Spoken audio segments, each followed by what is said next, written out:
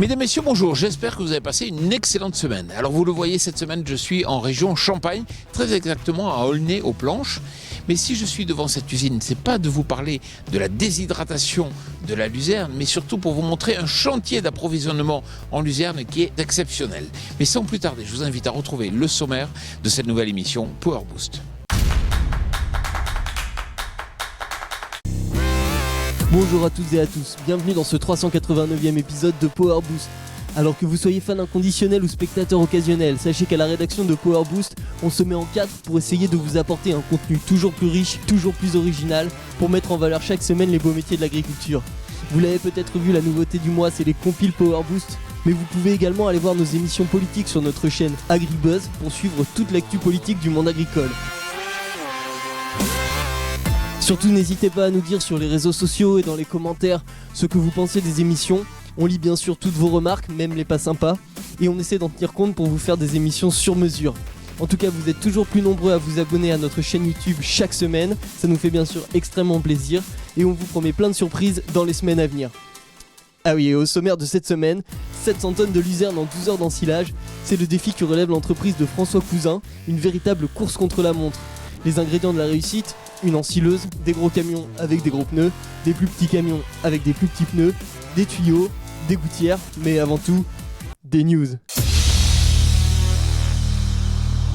À moins que vous ne viviez dans une grotte, la grande nouvelle de la semaine c'est... Bien entendu la sortie de la nouvelle DLC Farming Simulator 2017 où vous pourrez conduire le mythique tracteur américain, j'ai nommé le Big Bud. 12 nouveaux outils ont également été ajoutés, ça va en labourer du pixel.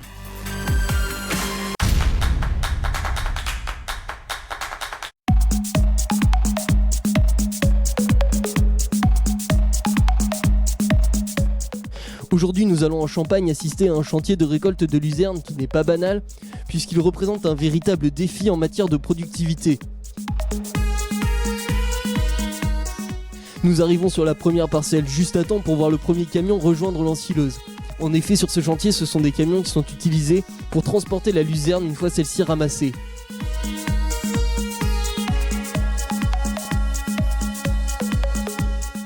Ce choix fait partie des solutions trouvées par l'entreprise Cousin pour optimiser son activité, réduire son temps de travail et donc gagner en compétitivité.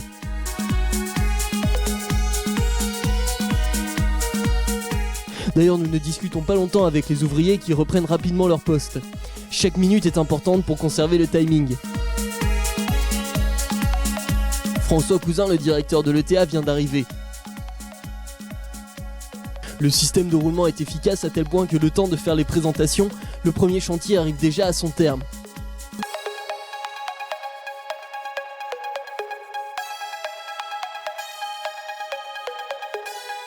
Nous nous dirigeons donc tous ensemble vers la seconde parcelle pour que François nous explique un peu plus en détail le déroulement des opérations.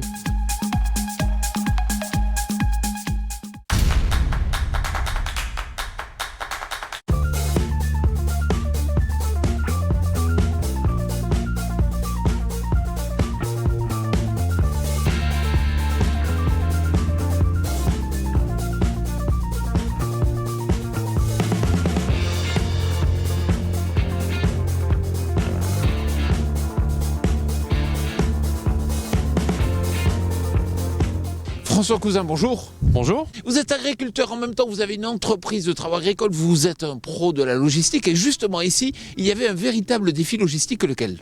Oui, effectivement, on a un impératif, on doit rentrer à environ 700 tonnes de matière brute par jour à l'usine pour éviter les ruptures. Alors concrètement, comment ça se faisait auparavant ? Avant, les chantiers étaient effectués par l'usine directement avec des machines CMC, machines à sellette.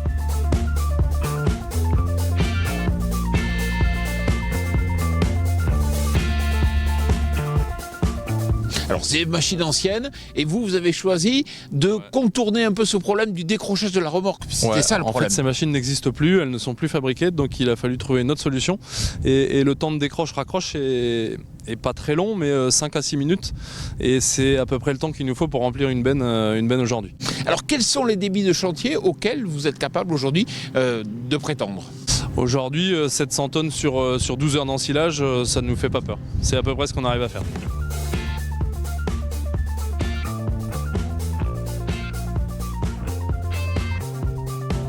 Et puis vous avez choisi des camions qui sont capables de rentrer au champ comme aux États-Unis. Effectivement, donc c'est des camions équipés de roues agraires et 4 roues motrices. D'accord. Ils sont capables de rentrer et de pouvoir travailler en parallèle de la machine. Oui, avec des chauffeurs qui sont donc habitués à ce genre d'activité.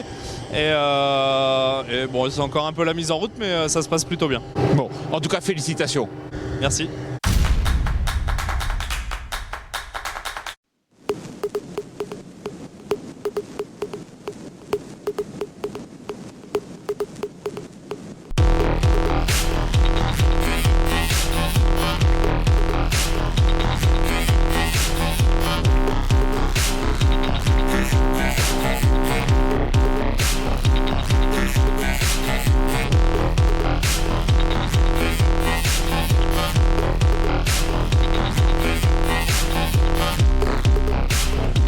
L'ensileuse qu'a choisi l'entreprise est une Katana Fendt.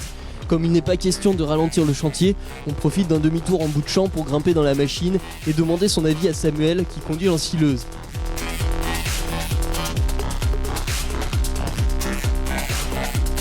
Samuel Prudent, bonjour. Bonjour Jean-Paul. Alors c'est vous qui êtes le conducteur de cette Katana Fendt. Alors c'est vrai qu'il n'y en a pas encore beaucoup en France. Est-ce que par rapport au défi de productivité et de vitesse que vous avez, est-ce qu'elle correspond bien à ce que vous souhaitez ? Oui, tout à fait, c'est une machine qui correspond bien à notre attente. On arrive à remplir notre contrat pour les déshydratations de luzerne, on récolte en verre et c'est parfait, on arrive à récolter ce qu'il nous faut. Alors ce qui est intéressant, c'est que le camion adopte une vitesse moyenne et c'est vous qui allez plus ou moins vite. Oui, tout à fait, c'est moi qui gère le remplissage de la benne à côté de moi, donc j'oriente avec la goulotte de droite et de gauche. Et après, on arrive à accélérer, après moi j'accélère la vitesse de la machine.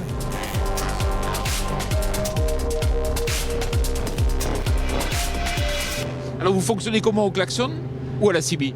Donc on fonctionne à la CB et si jamais c'est vraiment urgent que j'ai pas le temps de toucher à la CB, c'est au klaxon. Dès que je klaxonne une fois, les chauffeurs savent qu'il faut qu'ils ralentissent. Vous travaillez à quoi, combien, 13-14 km/h ? Ça veut dire qu'il faut quand même un débit suffisant, enfin une capacité d'alimentation suffisante pour avoir une bonne qualité. Oui, tout à fait, il faut avoir une récolte assez homogène pour que les déshydratations ne soient pas embêtées. Donc on est une coupe de 20 mm. Donc on a déjà regardé à 12-13 km/h, même 14 c'est bien. En dessous, cette vitesse-là, c'est des brins qui sont plus longs, donc les désys sont plus embêtés pour déshydrater. Côté concentration, il faut être vraiment bien concentré. Oui, tout à fait. Il faut regarder, avoir les yeux partout et c'est de la gestion de temps, quoi. On essaye d'optimiser un meilleur temps, le temps, quoi. Et vous faites même les fourrières sans vous arrêter. Oui, tout à fait, on ne s'arrête jamais. Bon, en tout cas, félicitations. Merci bien Jean-Paul, au revoir. Au revoir. Quelques minutes plus tard, la parcelle est déjà terminée et l'ensileuse s'apprête à récupérer son attelage.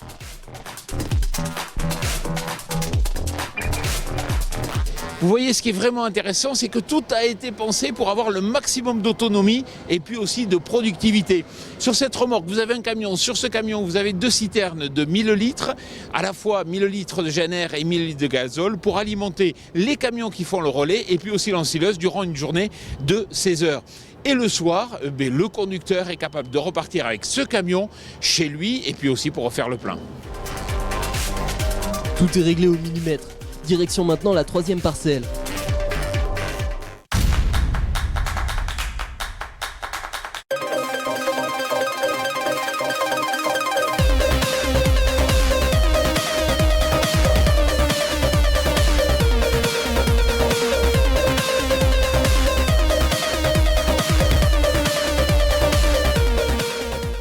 Le véritable enjeu, c'est de pouvoir rentrer effectivement dans les parcelles avec des camions 4x4, même s'il est tombé 5, 10, voire 15 mm de pluie, et cela sans abîmer la culture, puisque la luzerne est une culture pérenne, et il faut qu'elle puisse bien reprendre par la suite. Et pour ça, on utilise des pneus avec de larges crampons, comme vous le voyez.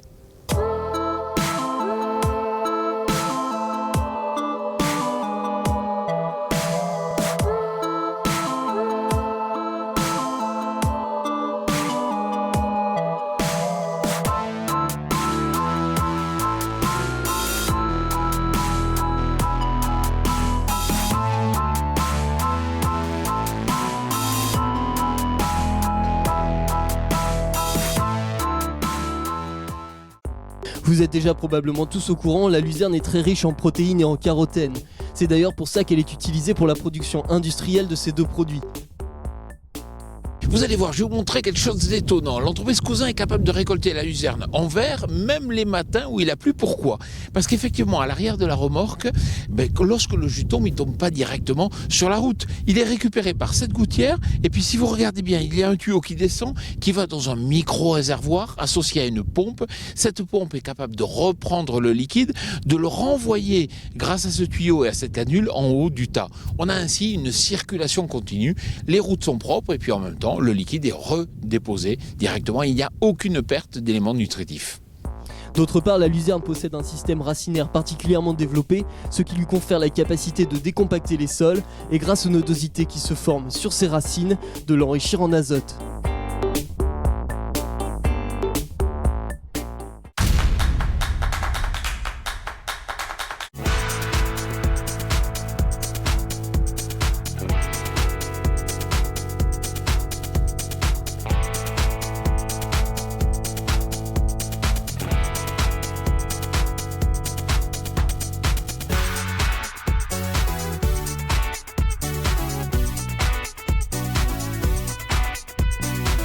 Voilà, j'espère que cette émission vous a plu. Elle vous a permis de comprendre qu'effectivement, il y avait un véritable défi, une performance à la fois technique et puis aussi sur le plan économique. Effectivement, l'agriculture est soumise de plus en plus à un défi de compétitivité et on le voit, il faut trouver les bonnes solutions.